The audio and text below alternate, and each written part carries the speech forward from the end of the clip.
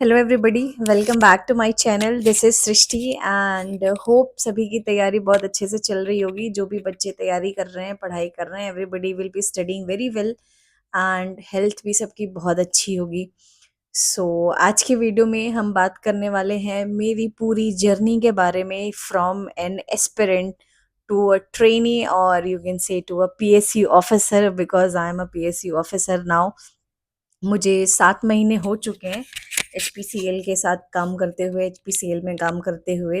तो मैं अपनी पूरी कंप्लीट जर्नी आपके साथ शेयर करना चाहूँगी। सबसे पहले जर्नी स्टार्ट होती है as soon as I complete my BTech. मैंने इलेक्ट्रिकल इंजीनियरिंग की हुई है। I am an electrical engineer. सबसे पहले मेरी बीटेक कंप्लीट हुई। उसके बाद फिर मैंने गेट की तैयारी स्टार्ट की थी। गेट की तैयारी मैंने स्टार्ट की थी दिल्ली से ही। मैंने वहाँ पे कोचिंग ज्वाइन की थी। उसके बाद 2023 की पास आउट हूँ मैं। तो मैंने 2024 का गेट टारगेट किया था, बट अनफॉर्चुनेटली मतलब मेरे उतने अच्छी रैंक नहीं आई कि मुझे कोई पीएसयू मिल सके। तो फिर उसके बाद मैंने 2025 गेट को टारगेट किया। किसी भी चीज़ की तैयारी करने के लिए एक रोड मैप बहुत ज़रूरी होता है। मीन्स आपके दिमाग में एक आइडिया हो कि आपको कैसे कैसे एक एक स्टेप बाय स्टेप कैसे आगे बढ़ना है, कैसी कैसी चीज़ों को प्लान करके फिर उसको एग्जीक्यूट कराना है ना। अगर आप जस्ट प्लान ही बना के रख रहे हो ना, तो that is also not very useful. और अगर आप प्लान को एग्जीक्यूट नहीं करा पा रहे हो या कुछ भी, तो कोई मतलब नहीं है उसका। तो सबसे पहले तो प्रॉपर प्लानिंग कि आपको स्टेप बाय स्टेप कैसे आगे बढ़ना है, उसके बाद उसका एग्जीक्यूशन। तो सबसे मतलब जब कोचिंग स्टार्ट होती है ना, तो एक बहुत मोटिवेशन अंदर रहता है। ऐसा लगता है कि बस इसी साल ही पेपर निकाल लेना है। तो वैसे ही कुछ मेरे साथ भी था। मैंने भी कोचिंग ज्वाइन की थी, तो मुझे ऐसा लग रहा था कि मैं फर्स्ट अटेम्प्ट में ही मुझे सारे एग्जाम्स निकालने हैं। बट 2024 में मेरा उतना अच्छा हो नहीं पाया, क्योंकि मैं बताती हूँ कि मैं कहाँ-कहाँ पीछे रह गई, तो वो सारी गलतियाँ आप लोग नहीं करिएगा। मेरा 24 तो ऐसे हो गया। 25 की जर्नी मैंने इनिशियल फिर से स्टार्ट की। सबसे पहले तो जो मैंने मतलब एक रोड मैप मैंने भी बनाया हुआ था कि मुझे क्या-क्या, कैसे-कैसे करना है। तो उसमें मेरा जो फर्स्ट स्टेप था, step 1 to a PSC officer was, first of all I have to complete all my syllabus. All my syllabus means all my syllabus.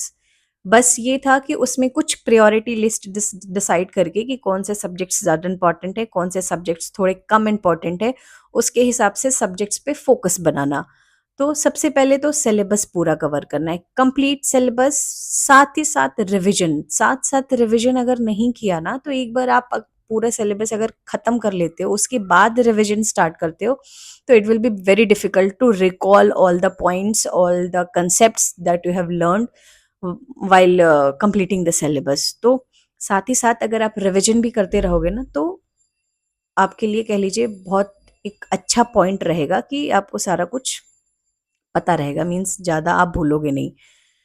फिर सिलेबस कंप्लीट कर लिया, साथ ही साथ रिवीजन कर लिया, सब कुछ कर लिया। उसके बाद आता है क्वेश्चन सॉल्विंग का सेक्शन। क्वेश्चन सॉल्विंग का सेक्शन भी बहुत इम्पॉर्टेंट है आपको। मीन्स पीवाईक्यूज सॉल्व करने ही करने हैं। आप पीवाईक्यूज स्किप नहीं कर सकते, क्योंकि अगर आप पीवाईक्यूज लगाओगे ना, तो आपको एक पेपर का पैटर्न पता लग जाएगा कि किस लेवल तक के क्वेश्चंस पूछे जाते हैं और किस टॉपिक से पूछे जाते हैं। मतलब सारे टॉपिक्स तो नहीं आते हैं ना, कुछ सेलेक्टिव टॉपिक्स होते हैं जो मोस्ट फ्रीक्वेंटली पूछे जाते हैं और जिससे क्वेश्चंस आना मैंडेटरी ही रहता है कि आएगा ही आएगा।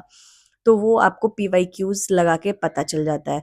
उसके बाद आता है टेस्ट सीरीज। टेस्ट सीरीज सबसे ज़्यादा इम्पोर्टेंट रोल प्ले करता है आपका, व्हाट यू से, ये पूरा आपका ये aspirants to like PSC officer.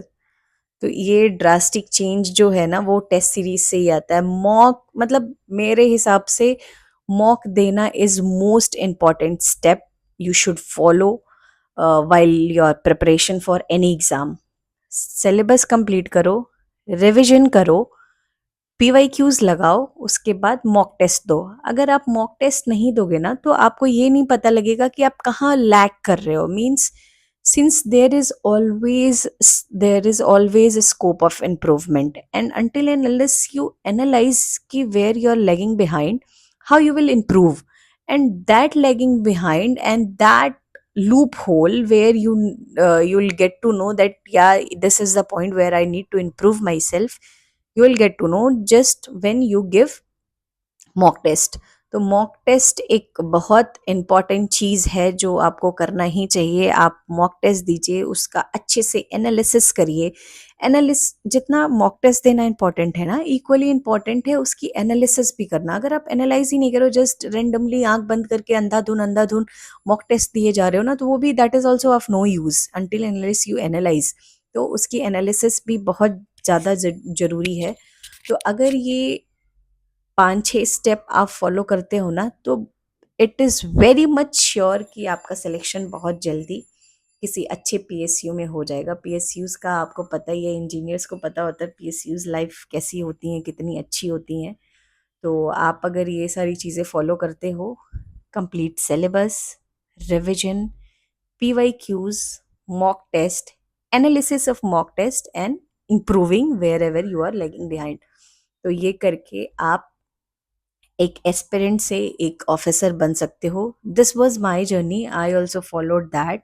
मैं रिविजन करती थी, मैं शॉर्ट नोट्स बनाती थी। मतलब मेरा कह लीजिए एक एक सब्जेक्ट का ना 3-4 शॉर्ट नोट्स बन गया था, क्योंकि मेरे फर्स्ट रिविजन में मेरा एक शॉर्ट नोट बना। उस शॉर्ट नोट से जब मैंने रिविजन किया, उससे भी मेरा एक और शॉर्ट नोट बना। तो शॉर्ट नोट्स बनाना भी बहुत ज़रूरी है व्हेन यू डू रिविजन। तो आप रिविजन के टाइम पे शॉर्ट्स नोट बनाइए। शॉर्ट नोट्स बनाने से ये हो जाएगा ना कि आपका जब लास्ट मोमेंट पे आप रिविजन करोगे ना, तो कम टाइम में आप पूरा सिलेबस गो थ्रू कर लोगे बहुत ही आसानी से। तो मेक श्योर कि आप शॉर्ट नोट्स भी बनाए।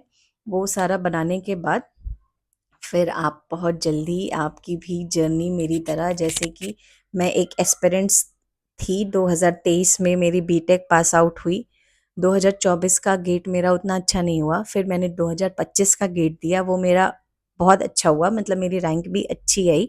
उसके बाद फिर उसके साथ साथ बाकी जो भी कॉमन पेपर होते थे सिलेबस वाले, कॉमन सिलेबस ही ऑलमोस्ट रहता है गेट का सिलेबस सारे पीएसयू एग्ज़ाम्स में। तो मैं सारे पीएसयू एग्ज़ाम्स भी देती थी, उसमें मेरा एचपीसीएल में सिलेक्शन हुआ, and now I am working as an operations officer in HPCL, and I posted in Mazgaon terminal, Mumbai, in lube SBU. तो अभी लाइफ बिल्कुल सेट सेट चल रही है। लाइक अच्छी सैलरी है, अच्छे पर्क्स हैं, गाड़ी है, गाड़ी से मैं ऑफिस जाती हूँ, ऑफिस से घर आती हूँ। अभी मैं जस्ट ऑफिस से ही आई हूँ, यू कैन सी। और ऑफिस से आके मैंने सोचा कि मैं एक अपनी जर्नी आपसे शेयर करूं, ताकि आपको एक मोटिवेशन भी मिले। मतलब मोटिवेशन बहुत ज़रूरी होता है। लाइक अगर आप तैयारी कर रहे हो ना, तो आप 365 दिन साल के नहीं पढ़ सकते हो एक तरीके से। कभी कभी मन में आता है थॉट कि नहीं हो पाएगा, या कैसे होगा, या नहीं कर पाए तो क्या होगा। तो आप किसी की जर्नी देखो ना, कि क्या था वो इंसान और क्या से क्या बन गया, तो वो बहुत मोटिवेशन देता है। तो इसीलिए मैंने सोचा कि मैं भी अपनी जर्नी शेयर करूं, आपको शायद मोटिवेशन मिले।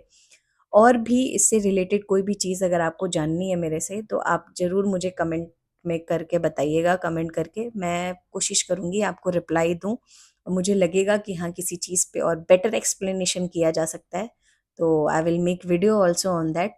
Till then, bye bye, all the very best, अच्छे से तैयारी करिए। See you in the next video. Tata.